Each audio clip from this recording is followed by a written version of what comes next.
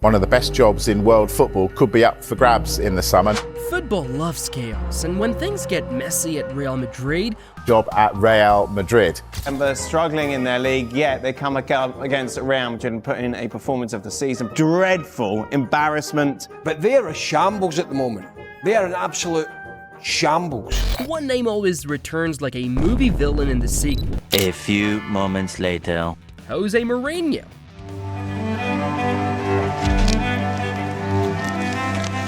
I am José Mourinho. I've coached the best clubs in the world. I've won the Italian, Portuguese, English and Spanish championships and the UEFA Champions League twice. Yes, again. Latest reports say Madrid is always aware of José Mourinho's desire to return. Fabrizio Romano confirmed that Mourinho is very enthusiastic about a second stint and has told those close to him he's ready to rewrite the ending. Could Jose Mourinho be going back to Real Madrid? Never say never.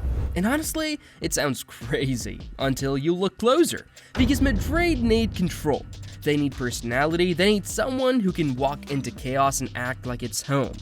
And let's be honest, Mourinho has never met drama he didn't like. So in this video, we're breaking down why Real Madrid might bring Mourinho back again. 3-0. Do you know what this means? Respect. Otamendi, Kevin De Bruyne, Fernandinho, Silva, Sterling, Agüero. And trust me, some of these reasons make way too much sense. Let's begin. You don't get linked to Real Madrid unless there is smoke, and right now, there is smoke everywhere.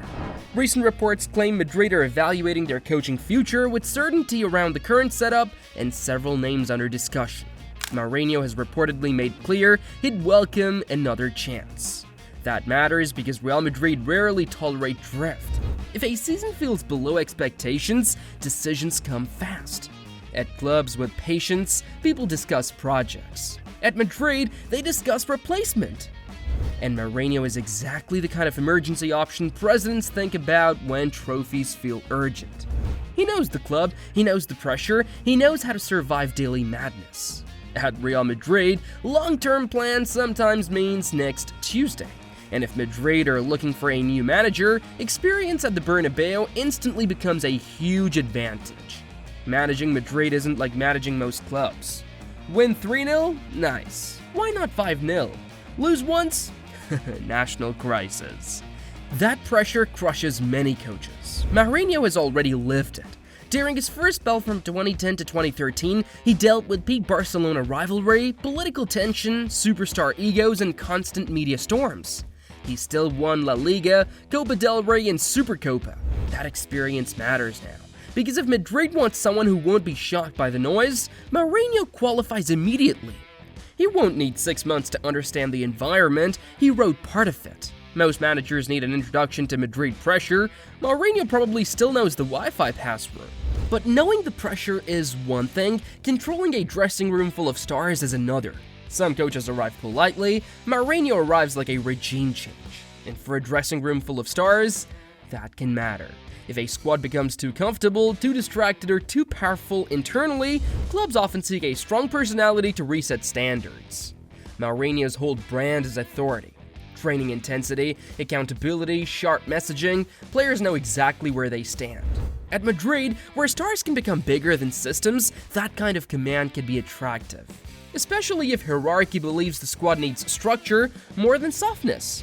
Some managers ask for respect, Mourinho usually enters the room with it already packed in his suitcase. And once you bring authority, the next challenge is handling the elite personalities inside the squad.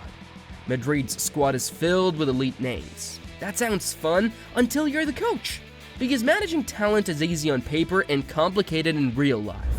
Minutes, roles, ego balance, media noise. Mourinho has coached icons across Europe from Cristiano Ronaldo to Didier Drogba, Frank Lampard, Zlatan Ibrahimovic, and many more. Whatever happens in a Madrid dressing room, chances are he has seen a version before. That experience can be priceless when the squad is loaded with personalities. Managing stars is hard, Mourinho's resume looks like a VIP guest list. Managing stars matters, but at Real Madrid, trophies matter even more. At clubs like Real Madrid, potential is nice, but trophies are better. This is not a club built in patience or sentimental projects. Madrid expects success immediately. If you become manager there, the first question usually isn't, what's your long-term vision? It's, how soon can you win? That's why Real Madrid have always preferred proven winners coaches with medals, experience, and the mentality to survive elite pressure, and that is exactly where José Mourinho becomes relevant. Mourinho has won league titles in multiple countries, domestic cups across Europe, and 2 Champions League trophies with different clubs. Very few managers in football history can match that resume. More importantly, he understands knockout football, the kind of matches where details decide everything. Madrid live for those nights.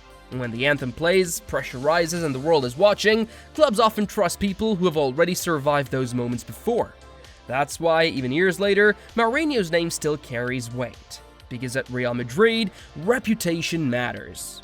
And when trophies are the language of the club, proven winners are always taken seriously. Madrid don't usually gamble in mystery boxes, they prefer managers with trophies already installed.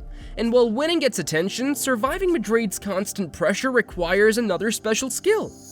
One of José Mourinho's most underrated abilities has never been tactics or substitutions, it's psychology. Few managers in football history know how to turn pressure into motivation like Mourinho.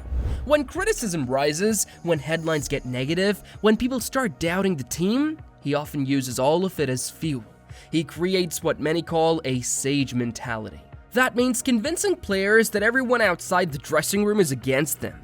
Media, rivals, referees, critics, all of it becomes one giant enemy. And strangely enough, it often works, because instead of players feeling attacked individually, they feel united collectively. At a club like Real Madrid where pressure never sleeps, that can be powerful. One draw becomes a crisis, one defeat becomes breaking news, every rumor becomes front-page drama. Many managers struggle in that environment. Mourinho often thrives in it. He knows how to protect players by shifting attention onto himself, and suddenly the story isn't the bad result, it's Mourinho's press conference. Mourinho's comments, Mourinho versus the media. That creates breathing room for the squad, and when players feel defended, they often fight harder for the manager. Real Madrid have always been intense, emotional, and demanding. If the club believes the current squad needs sharper mentality and stronger unity, Mourinho's methods may look very attractive. If tension could be converted into electricity, Mourinho could power the entire Bernabéu. But beyond mentality and media control, Madrid may also need something far more practical right now. Not every appointment is for 5 years, sometimes clubs need a bridge. Stability now, reset now, compete now. Reports suggest Madrid are reviewing multiple candidates, meaning they may weigh short-term versus long-term solutions. Mourinho could appeal as someone who can walk in immediately, organize quickly, and chase trophies without needing a slow rebuild. That's especially relevant if preferred long-term targets are unavailable now. Some clubs want architecture, sometimes they just need someone to stop the roof leaking. And if Mourinho arrived as a short-term fix, he'd instantly bring something else the club never lacks: attention. Real Madrid is also a global entertainment machine, and Mourinho guarantees headlines. Every press conference becomes content, every code becomes debate, every rivalry becomes louder. That attention isn't always negative, it can protect players by moving focus onto the manager, and few managers absorb spotlight better than Mourinho. At a club where global narrative matters, that media gravity has value. Some coaches give interviews, Mourinho gives episodes, but headlines alone don't explain this rumor. There may also be something personal behind it. Many reports mention Mourinho feels he deserves a second chance or has unfinished business in Madrid. That emotional angle matters. His first spell was successful but turbulent. He won trophies, raised competitiveness, and helped challenge a dominant Barcelona side, but left before a complete legacy was secured. Returns in football happen for this exact reason: to rewrite endings. Madrid may see that hunger as useful motivation, and Mourinho, if given another shot, would likely arrive obsessed with proving something, which is usually when he's most dangerous. Nothing motivates Mourinho quite like the chance to say, "I told you so," and that brings us to the biggest reason of all. This move feels possible because Real Madrid never run from chaos. Let's be honest, would Mourinho returning be calm? No. Would it be simple? Definitely not. Would the football world watch every second? Absolutely, and that's the point. Real Madrid historically moved toward bold decisions, superstar names, and high-stakes narratives. Mourinho returning would fit that identity perfectly. It would bring pressure, headlines, conflict, intrigue, and maybe trophies. Whether it happens or not, the fact that the rumor feels believable tells you everything about both sides. Madrid love grand moves. Mourinho loves grand stages. Some clubs avoid drama, Real Madrid sometimes subscribe to premium drama. So, why might Real Madrid bring Mourinho back again? Because he knows the club, knows the pressure, knows how to win, and knows how to survive chaos. Will it happen? Still uncertain, but in football, when a story refuses to die, it usually means someone is listening. If you enjoyed this video, drop a like and tell me, would Mourinho 2.0 succeed at Madrid? Because one thing is certain, it would never be boring.